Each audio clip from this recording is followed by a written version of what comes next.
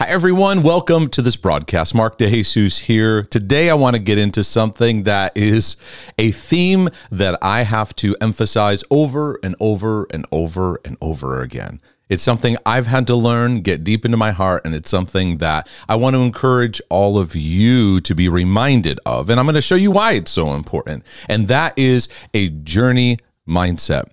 We have to begin to let it sink into our hearts that healing, freedom, transformation, maturity, growth is a journey. This is so incredibly important because there's a lot of mentalities we develop that keep us from being reminded that you're on a journey, I'm on a journey, God invites us into a journey. And so do you find in your, whatever you're working through, that you don't let a journey mentality be a part of how you're seeing things, how you're perceiving where you're at, where you're going, where you've come from, where you're headed? A journey mentality is incredibly important. Otherwise, there's going to be a lot of things that work against us. And for many of us, we get frustrated. We feel stuck because we forget I'm on a journey. We lose patience with ourselves. You lose patience with God. You get angry at God. You get angry at yourself. You lose patience with yourself. There's a lot of added baggage of thinking that comes onto our lives because we forget it's a journey. And maybe today I can help bring some relief to your heart, and God can use my words to get you out of that yoke of pressure because you maybe forgot or didn't know, or you just need to be reminded you're on a journey. Boy, we get frustrated, don't we? I've been there. I know what that's like. You lose patience with yourself. Man, you get angry, you get discouraged. Depression increases. Hopelessness rises. You spin out, you numb out, you check out. When in reality, what you need is to plug back into patience. You're on a journey, and it's all right. And many of you need that nurture today. Do you realize you're on a journey? Do you need to be reminded today that you're on a journey? If not, you've come to the right place, because I'm going to remind you of some things. First, before I get into why a journey mindset is so important, let me share with you some mindsets that get in the way of a journey mindset. They get in the way. And I'm able to articulate these because I've had to face all of them in my journey. So if you feel like, oh, Mark, I relate to this. Well, I understand it because going through it helps you to really understand things. The first is when I don't have a journey mindset, I develop a quick fix mentality. Kind of drive through. I need this now. I got to fix this. Can you help me fix this? I found in my journey, I get a lot of correspondence from people who will say things like, how long did it take you to really know the love of the Father in your life?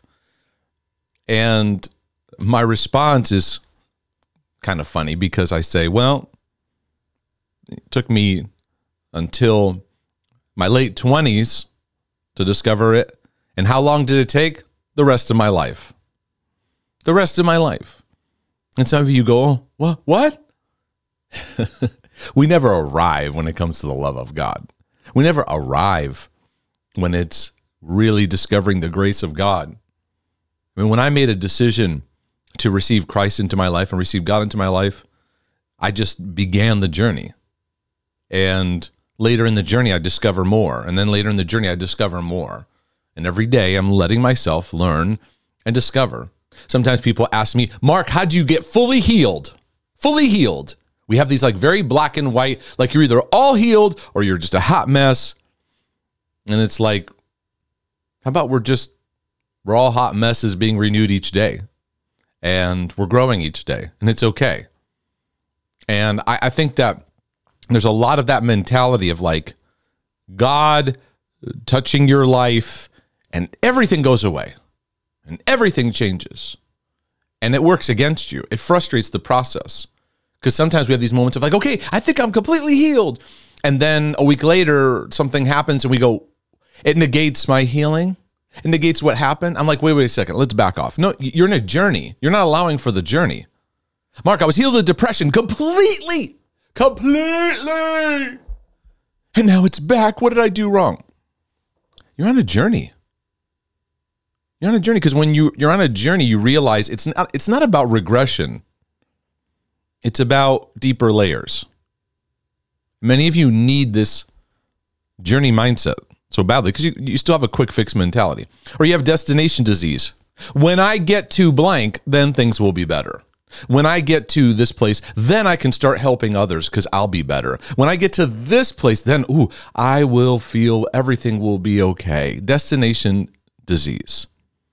For many, impatience is working against you because you have this driving thought of, how long is this going to take?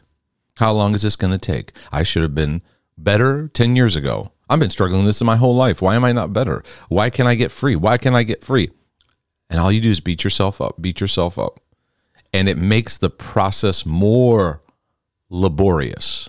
Listen, you're already having enough struggles as it is. Impatience only makes things more difficult. Then there's that nasty, nasty shame. I encourage many of you to go through my series on shame because it covers so much of what people struggle with. One of the prevailing thoughts of shame says, I'm not okay, and that's unacceptable. I have a statement that I encourage people to practice of, it's okay that I'm not okay. And shame doesn't let you. Like, no, it's not okay. It's not okay that this, and it welcomes a hateful perspective of ourselves and our journey and doesn't allow us to just plug in to where God is taking us. Perfectionism, and you've ever listened to me, you know, I believe it is one of the nastiest. It certainly partners with shame. And many people are taking time to learn that they are perfectionists. They just haven't seen it. It's the striving for just right. I got to get my thoughts just right. I got to get this situation just right. I got to get this, whatever it is, just right. I got to get my behavior just right. I got to get all these things just right, or I will not be loved. Perfectionism doesn't let you be loved right where you're at because imperfections are unacceptable. Flaws are unacceptable. I cannot be okay until this issue is resolved, but it's never perfectly resolved. And the battle is unconditional love. You don't know how to receive unconditional love. Or you get into these checking moments. You're constantly evaluating yourself, assessing yourself, introspecting, ruminating, judging, looking. Am I growing? Am I growing? Constant, how am I feeling? Am I getting better? Am I getting better? What if I'm not getting better? What is happening here? And you get yourself into a rut. Or you constantly compare yourself. Whenever you feel bad about where you're at, the tendency is to then look outside of yourself and compare. You look at others and maybe you say, well, at least I'm not as bad as them. Or you look around and go, they're not seeming to struggle. They seem better or further than me. They don't seem to struggle with this. And then now you accuse yourself. There's also a mentality called, this is just what I call it, too late disease. What's too late disease? I'm too old, too far gone. Been married a bunch of times. I'm in my latter years. I've done too much damage, too much stuff. It's too late for me. And so you forgot those parts in the Bible where people were really old and God did a great work. Makes you forget those parts of the Bible where in the latter years God can do a compounding work in your life. Because those who are later in their years, when you truly let God do a renovation, it has a trickle-down effect to your family, to your children, to generations. But too late disease accuses you and discourages you. What I want to invite you into is a journey mentality, a journey mindset. It's focused on process, day to day, one day at a time, one moment at a time. Change is not about results in a moment, but experiencing living truth over time. So I'm not going to assess myself constantly and be judging myself and hyper-evaluating myself. That's not loving. That's not the journey. In a journey mindset, you value relationship building the most. I'm building a relationship with God, with myself, with others. This isn't about constant accomplishments and results and evaluating that constantly. A journey mindset takes its time. And for many of you, that's excruciating at first because you're so busy, so go, constantly going. A journey mindset recognizes true transformation takes learning to be loved and to love, which takes time. Love is not something that you get in a class. Now you can watch a video, read a book, but it has to be practiced and activated. And a journey mindset doesn't sweat it when change is not happening right away. And for many of you, you need to realize that in your journey, it's like layers that are going on. And many times you think you're regressing, you're just going into deeper layers. It's like peeling an onion, right? But when you peel an onion, there's tears. And you might think, well, I'm regressing, I'm going back. Many of you need this word of encouragement to your heart. It's not about regressing. It's about layers. And growth is not something that happens when you stare at it. That's something that's important to remember. Because many of you, like me, are very passionate about heart healing or working on areas of your life or self-help or counseling or just inner heart healing and just working on yourself. And I love that. I appreciate that about you. And you need to appreciate that about yourself. But you also have to recognize, too, that a lot of growth and change doesn't happen by you incessantly staring and checking and introspecting and ruminating. I like to grow grass. I like to work in my yard. We've chopped down a bunch of trees. I enjoy the tree work. I love cutting up the trees into logs and moving the branches and splitting the wood and all that kind of stuff. And then I like taking some areas where the trees were and growing grass. My wife is getting into a little bit of gardening work here and there, and it becomes a way that we emotionally just connect to God and be able to connect to nature, and it can be a very refreshing thing when we continue to allow it. And so it's been a real neat experience, but I find that even some of my lack of journey mindsets come in because I have an area where the soil is not the best condition. And in the Carolinas, we have this thing where you get this red clay kind of soil.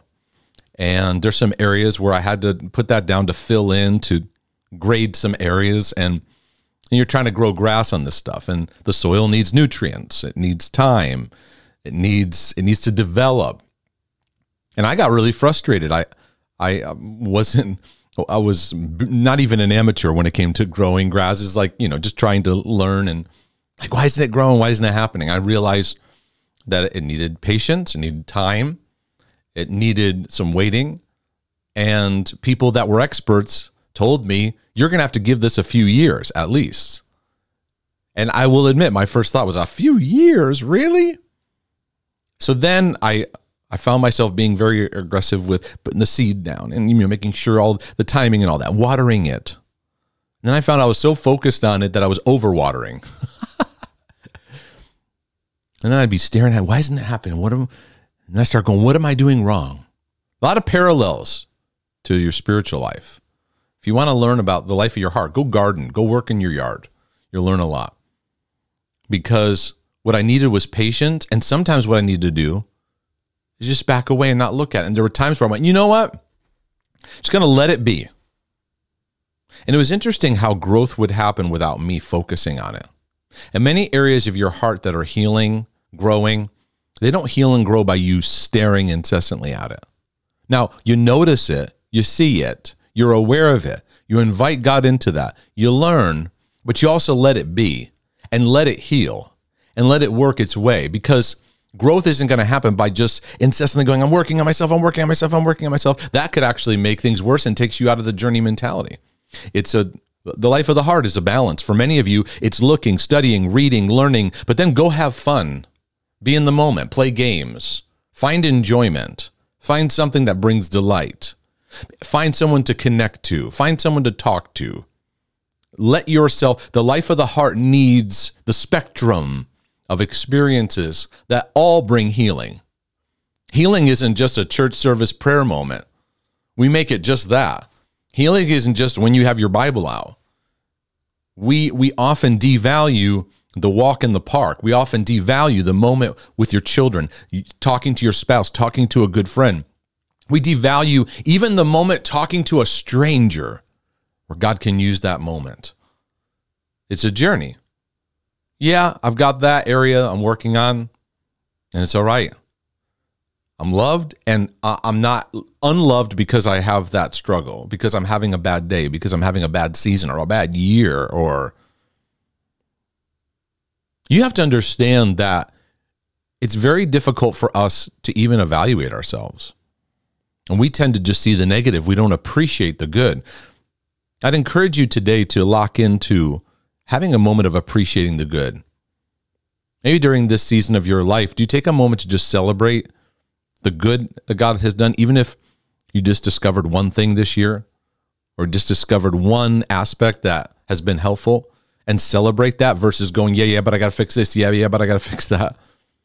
We can't, even in the natural, my kids are growing. My son is like shooting up. He's basically as tall as me now. But it's interesting that my wife and I are overtaken with our kids' growth when we look at pictures. That's when it really hits you. You don't even know you're growing physically as you're growing up without having pictures that show you, oh, I look different. You just see yourself day to day to day. If you look in the mirror, you see each moment to moment. You can't see even where you're physically growing. If we didn't have pictures, how would you even know what your growth looked like? Right? So in the same way in our spiritual life, a lot of you don't realize how much you've grown. You don't appreciate how much you've grown so far. You don't appreciate the miracle that you are because you've just been focused on where you've not arrived. That is working against a journey mentality in your life. I want to bring you back to that.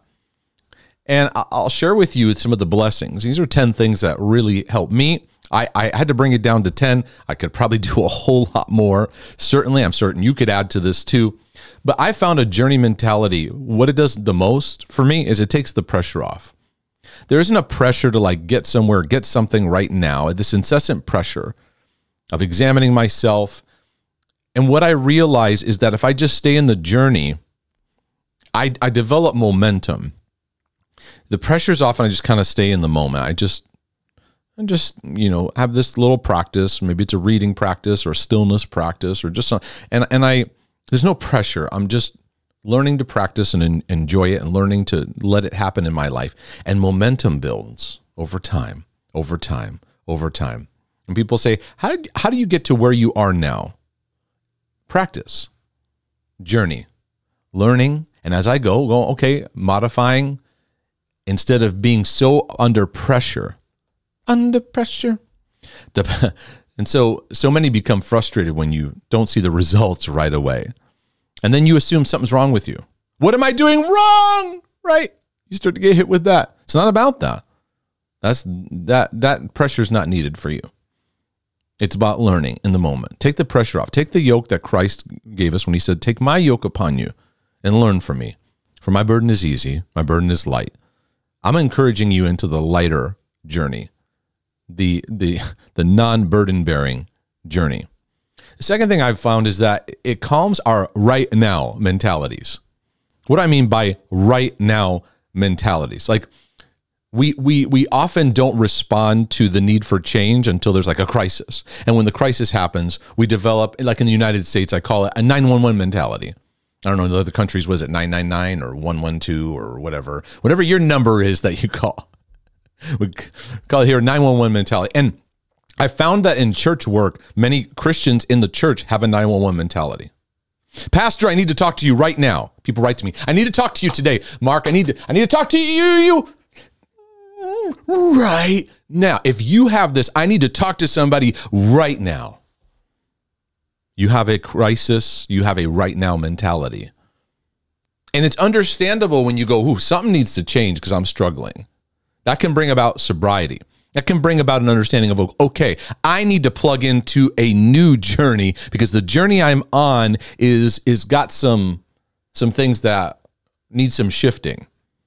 So I'm shifting the path I'm on, but I'm still on a path. And I found that many times church culture can feed, I need someone right now. I need prayer right now. It's understandable. So I'm not condemning you, but I'm bringing awareness. Are you constantly going, I need prayer, I need prayer, I need prayer. Somebody pray for me, pray for me, pray for me, pray for me. I need help. I need someone to talk to me right now, right now, right now. Instead, take a step back and go, let me have the long view in mind. Instead of going, I need a counselor right now. It's like, I need some counsel this whole year. I need to have some counsel for a while and walk the journey.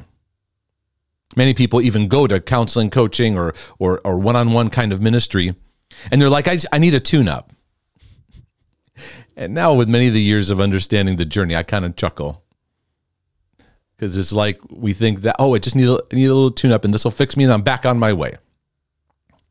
We don't allow the journey. And we don't allow I think I need a whole new path. I need reconstruction. I'm going to allow the renovation. I call it a renovation. Renovations take time, investment, patience. Looks like a mess. But it's all right because you're on a journey. So it calms those mentalities. And then as I was leading into, the vision now becomes the long term versus chasing quick answers or quick relief. And so I want to be a brother from another mother that is going to keep encouraging you to look at the long picture of what God is developing. Love, grace, what Christ has done for you, flowing through you, you learning how to relate to others through that, learning to heal, layer by layer, because God brings to the surface layers at a time. When you say, oh my goodness, I'm 50 years old and this is coming up, and it's like, it's too late. No, that too late mentality comes up. Like, no, this is actually probably just the right timing, where now's the time. Now you're ready to face that part of your heart and part of your journey. Whereas before, you may not have been ready. And in God's kindness, it was like, no, that wasn't the time. It wasn't the place. So I'm going to keep encouraging. And I would say to you as an exhortation, any people, businesses, ministries out there that promote constant quick fixes as a focus, this secret thing and overnight this happened, I just take a step back and go, let's just be aware of how much we're feeding that. Because it feeds our FOMO, I'm missing out. So maybe it's this I need, maybe it's that I need. And then that's why we're stacking thousands of books, and you have all these courses and things like that. Is it really about what you need right now in the moment in your journey? Because it's about focusing on right now, the theme that God's working on over your life. And just like, your journey, and it takes a new trail where the trail goes downhill or heads uphill or swerves or goes over here. Those are different seasons of your life. What's the season you're in right now? When you have the long term in mind, you realize I'm going through a season. Because for many of you, your battles are like, this is a permanent sentence on my life, and I'm always going to be struggling with this. And you need the big picture, the long term in mind. I find the journey mindset helps me to focus on being present in the moment. That's my discipleship. That's what I encourage you. Just be in the moment. It's not obsessing about the future, and it's not even obsessing about the past. Now, I help people navigate issues of the past. We're designed to notice the past, to be learning for our present and helpful for our future, but not obsessing about our past. The beauty and glory is in the moment, in the here and now, enjoying and extracting the joy and enjoyment that's available in the moment, in this present moment. Many of you husbands need to be more present with your wives. Wives, be present with your husband. That's where the gold is. Be present with your children. Be present to the best you can. Yeah, you have swirling thoughts. Yeah, you have stuff going on. And it will tell you need to fix those things before you can be present. No.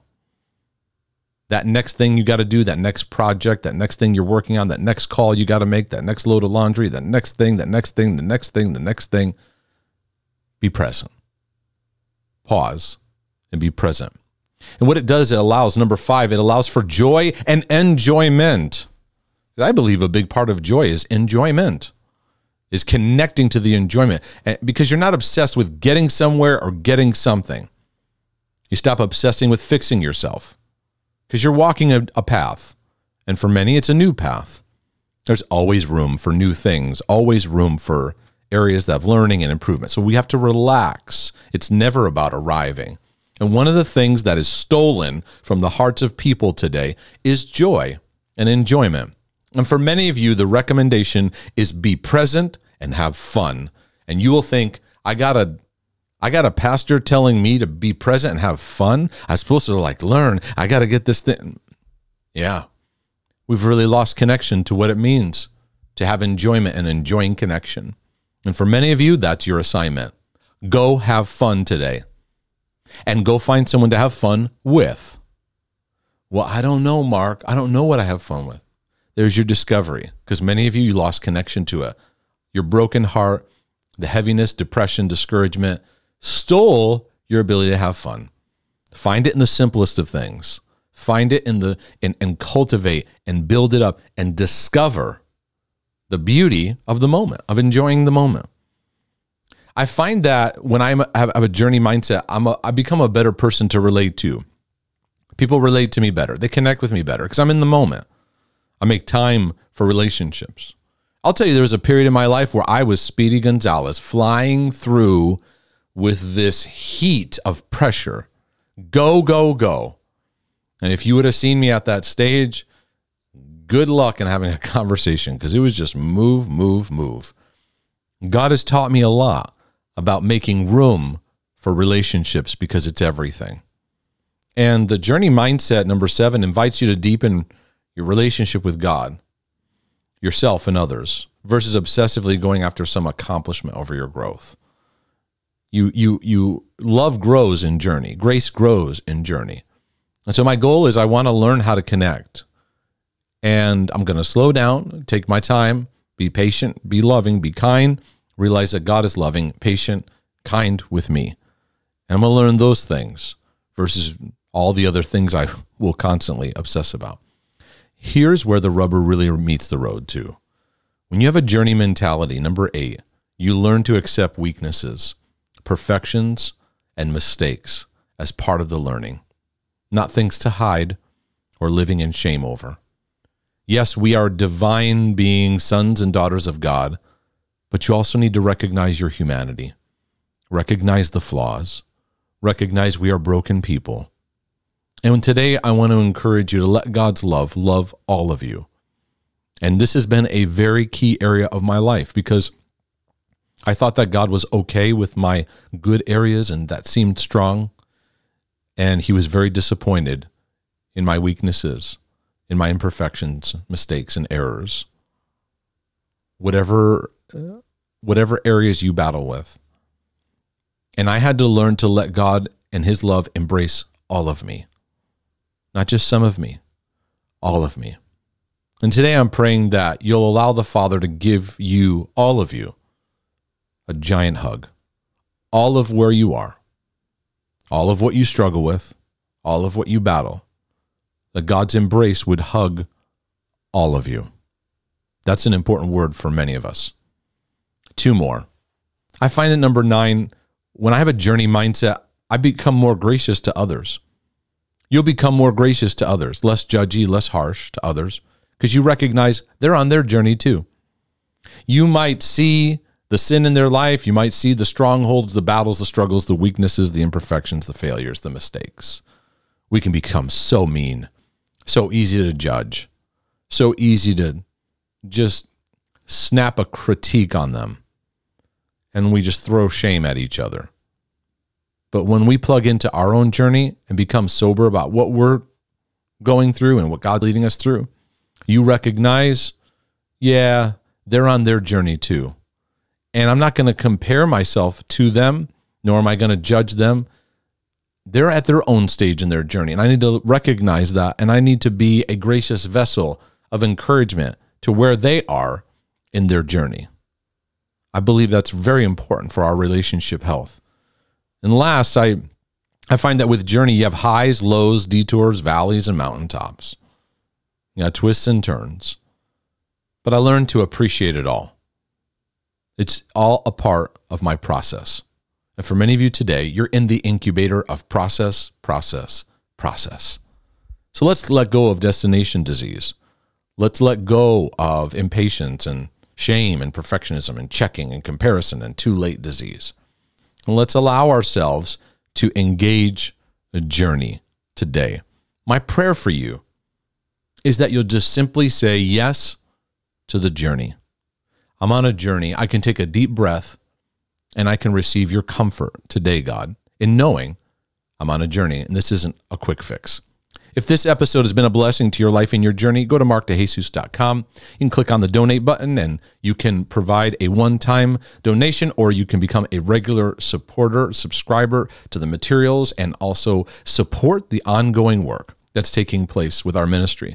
You can also click on the topics page where I'm developing an online library where you can look at certain subjects and then navigate all kinds of materials that'll be helpful. There's also books and also online courses available to you. Today may be a good day to jump into a book I've written called The Heart Healing Journey, which I think can be a great place to allow your heart to open up to receive the love and grace and the healing work that God can do in your life and your journey. Well, until next time, this is your brother from another mother saying, I pray that you learn to live healed and free from the inside out, and pray that you'll experience that healing and freedom journey in a deeper and deeper way that'll be meaningful to your life. Be encouraged, be loved, be nurtured. But in the meantime, I'm out. See you next time. Much love to you.